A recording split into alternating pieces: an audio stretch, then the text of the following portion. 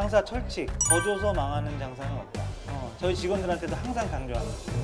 사업을 하시는 분들, 음식 사업을 하시는 분들이 당장 보이는 게 그거 아닐까요? 재료를 좀 아껴서 생기는 이득, 직원을 좀 아껴서 생기는 이득, 이게 가장 많이 생각을 하는 부분 아닐까요? 저는 예전에 어느 가게를 갔는데 어떤 사장님이 자기는 음식을 이거를 못 먹는데, 근데 맛집이에요. 엄청 좀 연차가 많이 쌓이신 그런 사업하시는 분들 같은 경우는 자기가 못 먹어도 맛있게 손님들한테 제공할 수 있어요. 근데 초보 창업자들 같은 분들은 일단 자기가 좋아하는 걸 해야 된다 생각해요. 자기가 좋아하는 음식이어야지만 또 개선을 할 수 있겠죠. 준비가 잘 돼야 돼요. 회전율을 높이려면. 준비가 잘 됐다고 하는 거는 뭐 재료를 포션을 해놓는 것도 굉장히 중요하고, 그리고 홀의 뭐 동선도 굉장히 중요하겠죠. 음식 같은 거를 세팅하는 장소도 되게 중요하고, 주방의 레이아웃도 중요하고, 그렇게 조금의 시간이 쌓이다 보면 회전율이 빨라져요. 아예 그 재료가 어느 정도 섞여 놔둘 수 있는 재료들은 좀 섞어 놓든가. 그리고 또 한 가지는 몇 가지 안 되는 재료 안에서 여러 가지 음식을 만들 수 있어야 그 재료들 가지고 음식을 만들면 굉장히 빨라지겠죠. 근데 새로운 걸 하게 되면 그거를 또 가지러 가야 되고, 그것들이 모여서 몇 초가 모여서 전체적인 회전율을 느리게 하는 거예요. 그 모든 그 음식은 전부 다 레시피화 돼야 돼요.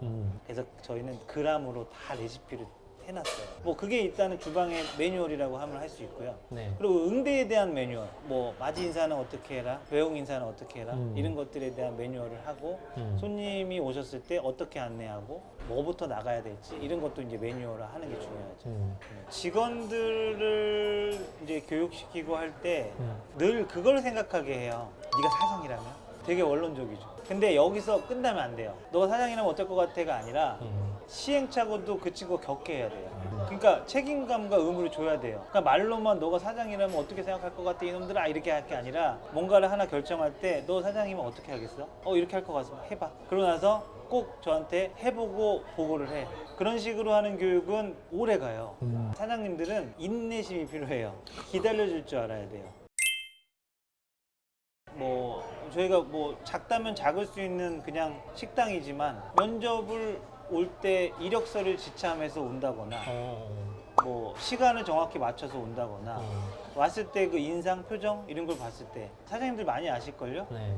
야, 알바 면접을 왔는데 이력서를 가지고 왔어. 일을 못함에도 불구하고 약간 어디서 듣고 이력서 써가야지 할 수 있는 친구도 있겠지만, 이력서를 대부분 제대로 써온 친구 중에 별로인 친구는 없었다. 저는 그렇게 생각을 합니다.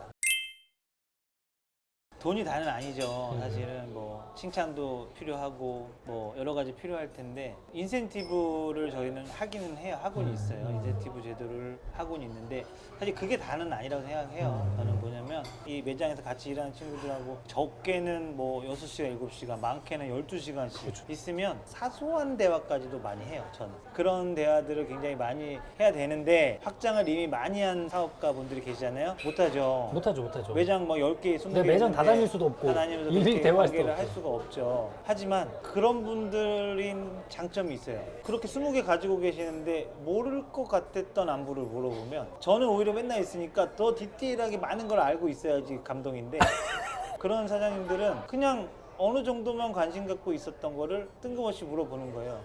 저번에 어머니 아프셨었는데 괜찮으시니? 우리 대표님이 저거 모르셨을 것 같은데 너무 좋은 거죠. 큰 규모는 큰 규모대로 감동 네. 포인트가 다르네요. 네, 저는 큰 규모도 하면서 작은 규모에서도 있으니 그런 것들을 많이 좀 이렇게 하면서 좀 알게 됐죠. 저의 장사 철칙, 더 줘서 망하는 장사는 없다. 저희 직원들한테도 항상 강조하는 거. 사업을 하시는 분들, 음식 사업을 하시는 분들이 당장 보이는 게 그거 아닐까요? 재료를 좀 아껴서 생기는 이득, 직원을 좀 아껴서 생기는 이득, 이게 가장 많이 생각을 하는 부분 아닐까요? 그래서 그거를 이제 바로 보이는 거기 때문에 그거를 좀 아끼면 내가 돈을 버는 것 같거든요. 아까 보셨지만 저 고기 더 주잖아요. 항상 덜 주는 경우는 아예 한 번도 없었어요. 덜 주는 경우는 아예 1g이 틀려도 저는 덜 주지 않아요. 그것도 생색을 안 냅니다. 제가 아는 사장님 같은 경우는 마케팅을 1도 안 하세요. 뭐 플레이스 광고, 플레이스 안 해? 뭐 가짜 리뷰도 안 달아요. 어. 말하자면 그 정도로 안 하시는데도 엄청난 맛집이고 지금 엄청나게 확장을 했어요. 와. 근데 아직도 안 하세요. 그런 분도 계세요. 그리고 그분 입지도 또 좋지도 않아요. 처음에 안 될 때부터 긴 시간 동안 되게 단단하게 장사를 했던 분들 같은 경우 마케팅 없이도 지금도 굉장히 잘하고 계신 분도 계시고 또 어떤 분들은 마케팅을 엄청 많이 하고 한 달에 막 돈을 막 1,000만, 2,000만 원씩 쓰는데도 잘 안 되는 가게도 있어요. 거기서 저거 얻을 수 있는 교훈은 본질이 별로면 아무리 마케팅을 해도 잠깐이다. 이렇게 보면 마케팅은 안 중요하다는 얘기냐? 근데 저는 그 얘기를 하지 않았잖아요. 맞아요. 맛있게 요리를 하고 진짜 괜찮은 음식이고 조금 속도를 더 내고 싶은 상황에서 뭔가를 알리고 싶어 손님들을 오게 해서 이거를 먹게끔 맛보이고 싶어. 그랬을 때는 어느 정도 마케팅을 통해서 손님들을 오게 해야지 더 빠르게 뭔가 속도를 낼 수 있을 거 아니에요? 사장님들의 성향과 그 처한 상황과 이런 것들에 따라서 마케팅을 어느 정도 힘을 줘야 되느냐 덜 줘야 되느냐는 거기서 좀 차이가 있는 것 같아요. 제가 노하우를 말씀드리기 전에 어떤 식당에 가서 내가 그 식당을 또 가고 싶다라는 거를 어떤 거를 보통 사람들이 보실까요? 저는 그래요. 맛있었어 라는 표현보다 나 그 가게 가면 뭔가 기분이 좋아. 이런 가게의 충성도가 굉장히 높거든요. 그리고 어디 가격이 가성비가 좋은 식당인데 아이들을 데리고 가야 되는 식당이 있어요. 거기 우리 아이들이 가기에 참 애들이 앉는 것도 편안하고 접객도 좋고 뭐 가격도 좋고 해서 거기만 갔다 오면 애들이 너무 좋아해요. 그래서 저는 그런 가게가 또 다시 재방문을 할 수 있는 가게다. 기분이 되게 중요하다. 그리고 뭐 앞치마 같은 거를 비치해 놨느냐 뭐 어떤 큰 가게들은 웨이팅을 할 수 있는 공간도 있고 아이들이 놀 수 있는 공간도 있는 데가 있고 내가 할 수 있는 범위에서 그 손님들의 기분을 좋게 하는 요소들을 찾는 거죠. 저는 오히려 리뷰를 안 좋게 쓰는 손님한테는 기회가 한 번 있다고 생각해요. 그런데 그런 리뷰마저 안 쓰는 손님한테는 기회가 없다고 생각해요. 더 무서운 거예요. 그러니까 어떤 리뷰가 딱 올라왔을 때 저는 그걸 먼저 생각하는 거죠. 그랬었구나. 그러면 이거를 말도 안 하고 안 오시는 분이 얼마나 많이 있었을까. 그게 오히려 저는 더 걱정이 되는 부분이에요. 이렇게 생각하시는 분들이 있더라고요. 리뷰가 안 좋은 게 달렸어요. 직원들한테 물어봤대요. 그 직원이 그분이요 아까 오셔가지고 뭐 이렇게 해가지고 이런 억지를 부리셨어요. 그렇게 얘기하면 사장이 거기서 그런 손님 안 와도 돼 이렇게 그냥 동조를 하면서 그 사람을 되게 부정적으로 이렇게 얘기하시는 사장님들이 계시더라고요. 근데 저는 사실 그게 너무 잘못됐다고 생각하는 거예요. 그런 손님들마저도 만족할 수 있게끔 하는 게 사장님의 역할이고 그렇게 해가지고 해버리면 직원들은 손님을 항상 적으로 생각할 거예요. 그러다 보면 가게가 점점 손님을 적대화하는 순간 어떻게 되겠어요? 계속 그게 손님도 그 가게 싫어할 거예요. 그러면 계속 이제 안 좋게 되는 거죠, 가게 자체가. 많은 사장님들이 실수를 하세요. 설렁탕집이 엄청 잘 되는 설렁탕집인데 여름에 장사가 좀 안 된다고 냉면을 팔기 시작하는 거예요. 어느 정도는 좀 뭐 오를 수는 있겠죠. 하지만 어느 순간에 그 집의 정체성을 잃어요. 그리고 전문이 아닌 냉면을 했는데 맛이 없어.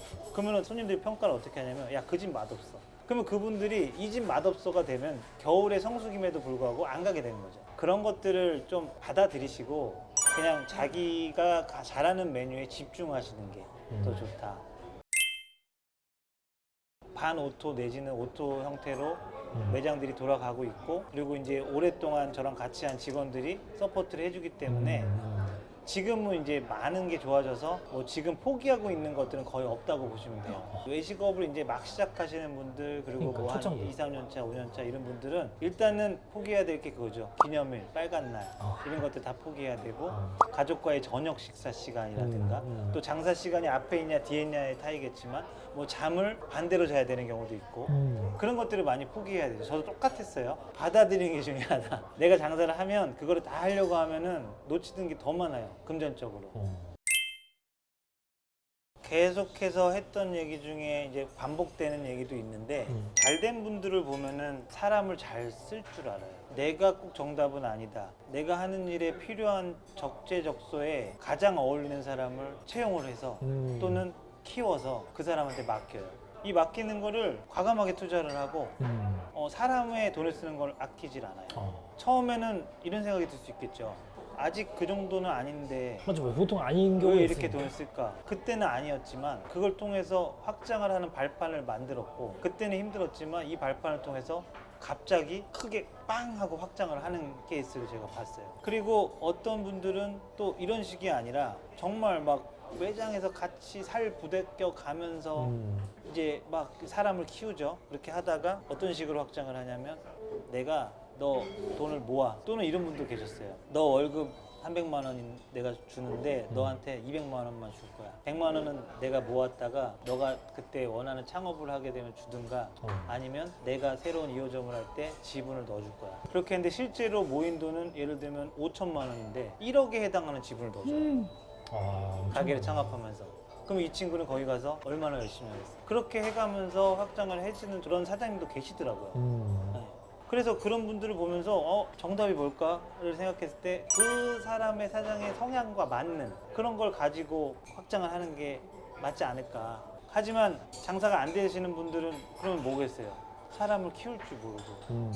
그 사장님도 사람 되게 좋아요. 직원들한테 굉장히 훌륭한 사장님이고 뭐 아낌없이 주는 분들 중에 하나고. 하지만 그분은 뭔가 그거를 가지고 있는 거야. 아, 내가 아니면 좀 힘들겠어. 이런 분들 같은 경우는 못 하시더라고요, 확장을. 거기서 굉장히 많이 극명하게 갈라집니다.